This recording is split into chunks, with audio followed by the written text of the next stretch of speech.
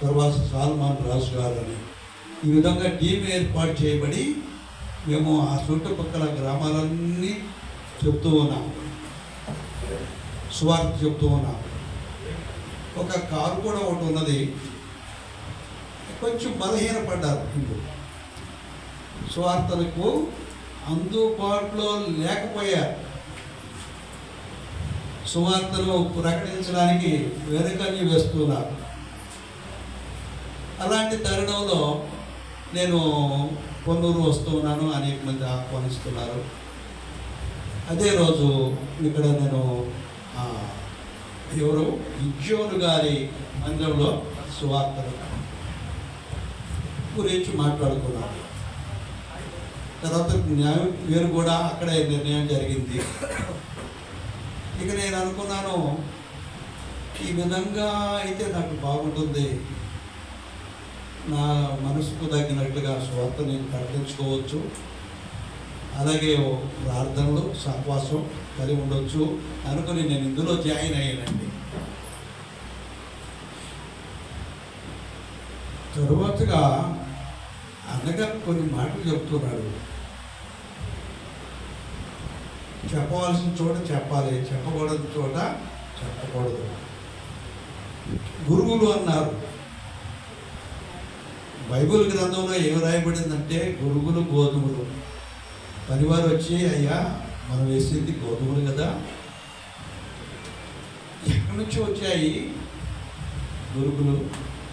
ఇది సాతాను పడే, అది పీకేస్తాం, వద్దు, అది బాగా కోతకు వచ్చినంత వరకు ఉంచుతాము. అలా కాకుండా ఇప్పుడే పీకితే ఏమైపోతాయి? గోధుమ మొలకలు కూడా, గోధుమ మొక్కలు కూడా వస్తాయి. కనుక ఇప్పుడు వద్దు అన్నారు. తర్వాత కోతకు వచ్చిన సమయంలో వేరు చేద్దాం, వాటికి అవి వీటికి ఇవి వేరు చేద్దాం. అప్పుడు గురుగులను ఏం చేస్తాం? మాట పెడతాం, తగలబెడతాం. అనేకని ఆయన యుధాయిస్కారం లేకపోతే ఏమవుతుంది? ఎవరు మరి శిలువ వేసేందుకు? యేసు ప్రభు వారు మరణించడానికి వచ్చాడు కదా. ఇస్కరియోతు లేకపోతే విశ్వాసంలో నీవు నేను చాలా బలహీనపడతాం. జాగ్రత్త. మనుషుల కోసం దేవుడు మనిషిగా వచ్చాడు. అది గమనించుకొని తగ్గించుకొని అవునండి, చెట్టుకు బాగా పళ్ళు కాస్తాయి. రాళ్ళు దేని మీద పడతాయి? కాయలు మీద పడదా? కాదు కదా. ఈయన ప్రారంభంలోనే నేను కనుగొన్నా, ఈయన పర్లేదు, సువార్తకు పర్వాలేదు, ఉండొచ్చు, నేను ఇందులో ఉండొచ్చు అనుకునే ఉన్నా. లేకపోతే నేను ఉండేవాడు కాదు. ఇప్పటికైనా కశ్మీర్ నాటుగానే ఉంటాను. పూర్తిగా ఏది బాధ్యత తీసుకోను, ఏ బాధ్యత లేదు. ఎందుకంటే వయసు అయిపోయింది. నా పని నేను చేస్తున్నాను, సహకరిస్తాను, ఎవరన్నా చేయమంటే చేస్తానే తప్ప టచ్ మీ నాట్ అన్నట్లుగానే ఈ ప్రేయర్ వాయిస్లో ఉంటాను అనేది భావించవద్దు.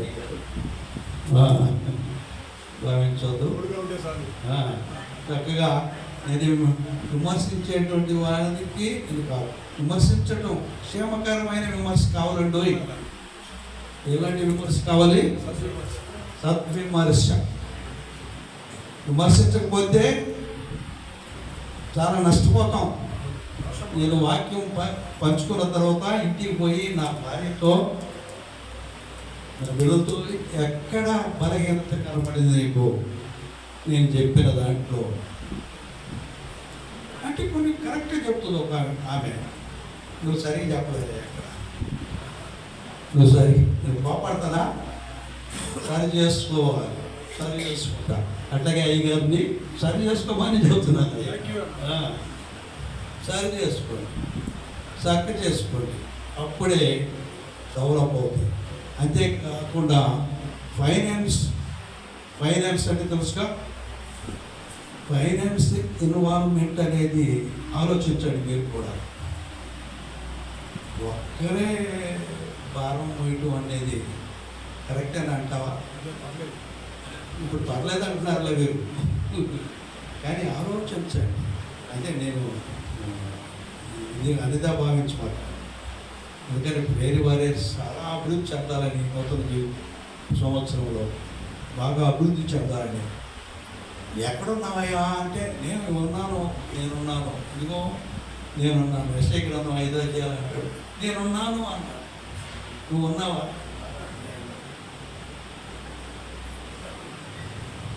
అపోస్తలుల కార్యములు 13వ అధ్యాయము 22వ వచనములో దావీదుని గురించి చెప్తాడు. నా ఇష్టానుసారుడు, నా ఉద్దేశాలు నెరవేర్చువాడు అన్నాడు. ఆయన ఇష్టానుసారుడు అంటే దావీదు దేవుని మనస్సును ఎరిగినవాడు. మనము కూడా క్రీస్తు యేసు మనసు ఎరిగి ఉండాలి. క్రీస్తు యేసు మనసు ఎరిగి అతడు తగ్గించుకున్నట్లుగా అన్ని విషయాల్లో నేను తగ్గించుకుంటే అంతకన్నా భాగ్యం లేనే లేదు. ఆ తగ్గింపు స్వభావం అయ్యగారికి ఉంది. అది ప్లస్ పాయింట్. ఆ తగ్గింపు స్వభావం అక్కడ ఉంది. మనము లీడింగ్ చేయడంలో అయినా ఇలా కాదు, ఇలా ఉండు, ఇలా కాదు, ఇలా వెళ్దాము అని మనం చెప్పుకుంటే ఎక్సలెంట్ అయినటువంటి ట్రీట్మెంట్ దొరుకుతుంది మనకి. ప్రియమైనటువంటి వారులారా, ఇది అంతకంతకు 25 సంవత్సరంలో అంతకంతకు వర్ధిల్లాలని, ఒకరికంటే ఒకరు యోగ్యులని తలంచుకుంటూ విమర్శనాత్మకమైనటువంటి సమస్య వాటిలో వద్దు. వ్యక్తిగత విమర్శలు, దొంగోడవి, లేకపోతే ఒక ఆయన అన్నాడు నీకు పర్సనాలిటీ లేదన్నాడు. ఒక ఆయన, నేను దేవుని స్తోత్రం అన్నాను. ఏమన్నాను? నేను దేవునికి పర్సనాలిటీ ఏంది అంటే ఉండదే, నీకు పొడలు లేవు నోట్లో, దేవుడు పెట్టిందే అది. కనుక జాగ్రత్తగా ఆడదాం. ఎందుకో అంత మాట అనొచ్చండి, అనకూడదు. అందుకనే ఆలోచన చేయండి. మనం ఏదైనా చెప్పేటప్పుడు లేదా చేసేటప్పుడు ఆలోచన చేసి మనం ముందుకు సాగిపోవాలి. అర్థం కదా? వీటన్ని భరించేవాడే సేవకుడు. సేవకుడు అంటే సావు చచ్చినోడు. సేవ అంటే సావు. సేవ అంటే చచ్చినోడు ఇంకా మాట్లాడతాడా అంటే నువ్వు బ్రతుకున్నావంటే నువ్వు సేవకుడు కాదని. కనుక ప్రేమైనటువంటి వాళ్ళారా, అంతకంతకు ప్రేమ వర్తిల్లాలని వీరితో పాటు అన్న బ్రదర్ సిస్టర్ కూడా సపోర్టు మంచి ఫుల్ అప్పుల సృష్టిలవాల అంతగా ఉన్నారు. కనుక వాళ్ళిద్దరూ మనం ముందుకు సాగిపోతున్నాం. ఇది ఏమైనప్పుడైనా చాలా టైం అయిందండి. దయచేసి మన్నించండి. ఏమన్నా తప్పులుంటే సరి చేసుకుందాం, చక్క చేసుకుందాం. అన్ని విషయాల్లో మనం ఆయనకి సహకరిద్దాం.